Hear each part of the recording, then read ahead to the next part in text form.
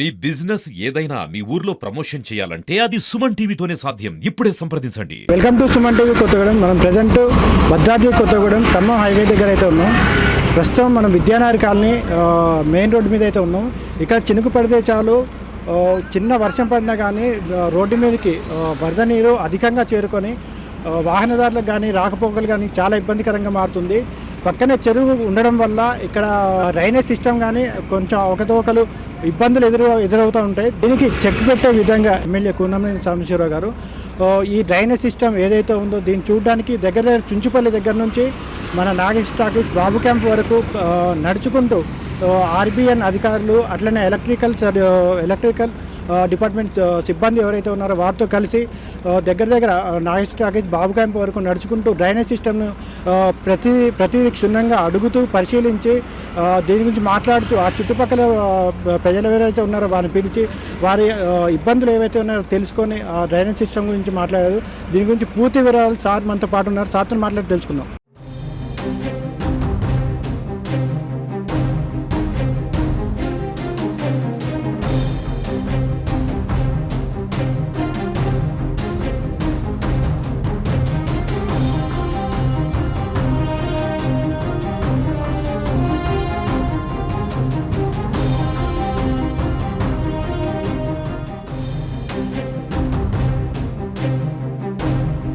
ఈరోజు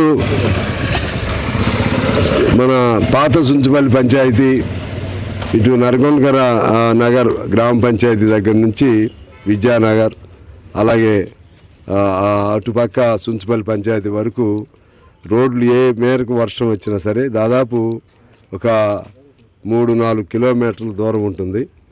ఏ మేరకు వర్షం వచ్చినా ఇది ఖమ్మం రహదారి, ఇది పక్కనే ఆర్ఎన్బి రోడ్డు, ఇది పక్కనే ఇప్పుడు ఇవి అనేక బట్టల షాపులు కూడా వచ్చినాయి. ఇప్పుడు ఆ బట్టల షాపులు జీవి మాల్, ఇంకా పక్కన CMR south India shopping mall, ఇలా బాగా దీనికి పెరుగుతున్న కొత్తగూడెనికి ఇది ఒక తలమానికం లాగా ఉన్న ఏరియా. కానీ దురదృష్టం ఏంటంటే ఏ చిన్న వర్షం వచ్చినా పక్కనే మాకు చెరువు ఉంటుంది.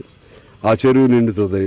ఆ చెరువు నిండిన నీళ్లు ఇక్కడేమో బస్తీల్లోనేమో ఎవరి ఇళ్ళ ముందు వాళ్ళు వేసేసుకున్నారు. దాంతో ఏరియా మొత్తం కూడా మునిగిపోతున్నటువంటి పరిస్థితి గత 10 ఏళ్ల నుంచి చూస్తూ ఉన్నాం. 10 ఏళ్ల క్రితం ఈ ఇబ్బందులు లేవు. అప్పుడు నేను ఎమ్మెల్యే ఉన్నప్పుడు ఇబ్బందులు ఉంటే అప్పుడే జయించుకునేవాడిని.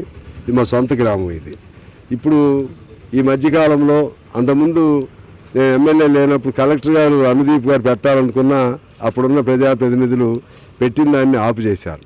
మళ్ళీ నేను ఎమ్మెల్యేగా గెలిచిన వెంటనే ఇక్కడ డిఎంఎఫ్టి ఫండ్స్ నుంచి 4 కోట్లు పాత ఎస్టిమేషన్ ప్రకారంగా 4 కోట్లు ఇక్కడ చేయించడం జరిగింది. మా ఇంటి ముందు కూడా ఆ చెరువు నీళ్ళన్నీ పోతూ ఉంటాయి. అక్కడ 1 కోటి మంజూరు చేయించుకున్నాం. ఇప్పుడు ఇందాక 2 గంటల నుంచి తిరుగుతున్నాం అసలు ఎక్కడ మూలం ఏంటని. అంటే ఇప్పుడు కూడా ఆ 4 కోట్లతో కూడా పని అవ్వదు. మళ్ళా ఇటు పాత నాగేశ్వర టాకీస్ అంటే ఈ ప్రాంతం అంతా కొంతేమో కిందకి ఖమ్మం రోడ్లు వెళ్తుంది, కొంత ఎదురొచ్చి మళ్ళీ కొత్తగూడెంకి వెళ్ళి వస్తుంది ఈ కాలంలో. అందువల్ల దీన్ని ఎలా చేయాలో ఇప్పుడు ఆర్ఎన్బి ఇంజనీర్లు, ఇతర అధికారులు అందరూ కూడా నాతో పాటు ఉన్నారు. అలాగే కరెంట్ స్తంభాలు ఏమేమి అడ్డం వస్తున్నాయో మళ్ళీ దానికి పేయింగ్ ఛార్జెస్ ఉంటాయి. దాని ఎక్స్పెండిచరు, దాన్ని ఆ రిమూవల్కి సంబంధించి లైన్ చేంజెస్కి సంబంధించి ఛార్జెస్ కూడా ఉంటాయి. అలాగే ఇప్పుడు ఈ కొత్తవి అంతా కూడా చాలా ఖర్చుతో కూడింది. అయినా సరే ఈ ప్రాంతం ఇదంతా కూడా పూర్తి చేస్తే మా ప్రాంత ప్రజలు, ముఖ్యంగా నియోజకవర్గంలో భాగం ఇది మా సొంత పంచాయతీ.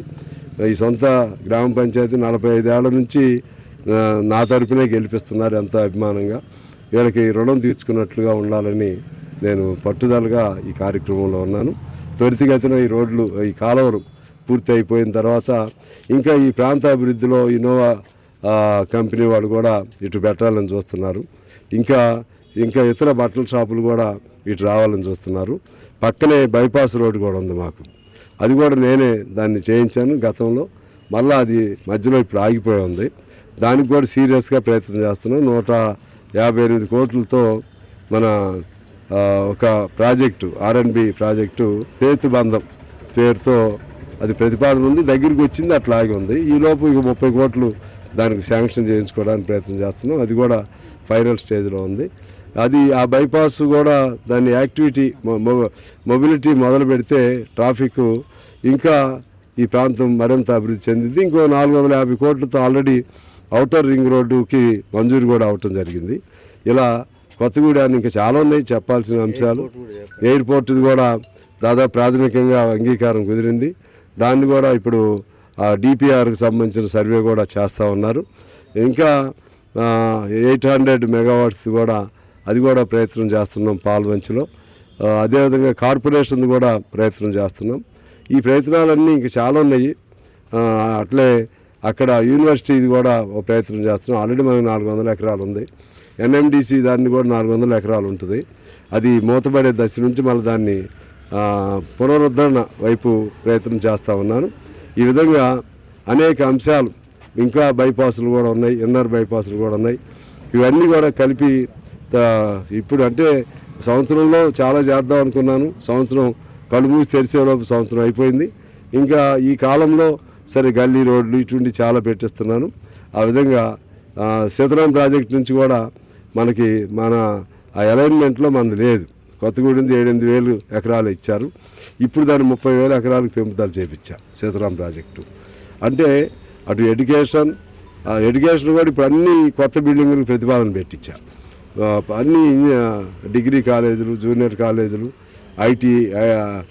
ఐటీఐలు, పాలిటెక్నిక్లు అన్నీ కూడా పాత రోజులు అవన్నీ. వాటికి కూడా ముఖ్యమంత్రి గారు వాళ్ళు సుముఖంగానే ఉన్నారు.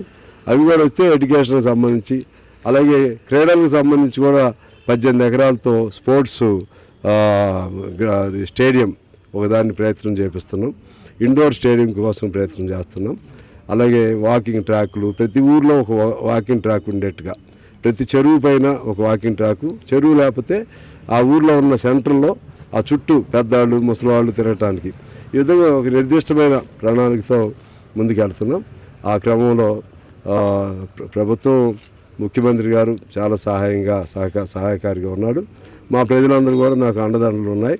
వారందరికీ నేను కృతజ్ఞత తెలియజేసుకుంటూ నమస్కారం.